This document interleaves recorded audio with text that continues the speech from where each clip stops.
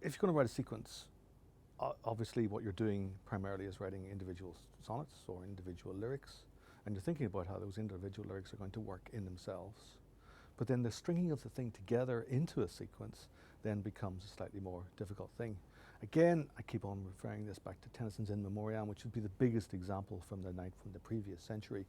In Memoriam was a poem which Tennyson began writing with the death of his friend Arthur Hallam in 1833, and then eventually it didn't publish until 1850. 17 years he was working on this particular sequence.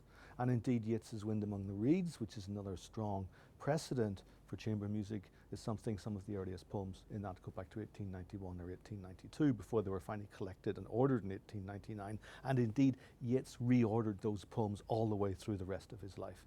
He was continuously revising his poems and revising the order of his poems, even in printed versions.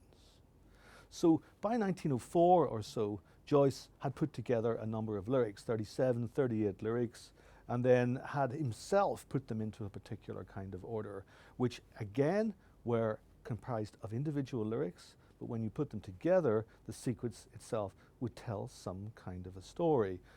More or less story of a young man who falls in love with a girl. They have kind of an ecstatic moment of love, and then gradually through some kind of betrayal or something not said and non-spoken in the lyric itself, gradually the falling out of love occurs until at the end the poet ends up heading off to exile. And that moment of heading into exile is, of course, another one of the great themes of Joyce's writing. At the end of Portrait of the Artist, this young man, Stephen Dedalus, is about to head off to exile. Joyce's only published play is called Exiles. So this was roughly what the story that the sequence might tell. The problem is that that sequence could be ordered in many different ways in order to tell that story. Joyce gave one sequence which was owned by his publisher Sylvia Beach, and was then owned by a man called James Gilvray, known as the Beach-Gilvray sequence, and that sequence is remarkably different from the sequence subsequently published, because by 1906, 1907, more or less kind of bored with what he'd been doing, because of course by that stage Joyce had been moving on and writing Dubliners and had most of Dubliners written by 1907, he gave it to his brother Stanislaus Joyce. And he said to Stanislaus, "Do with these poems as you will."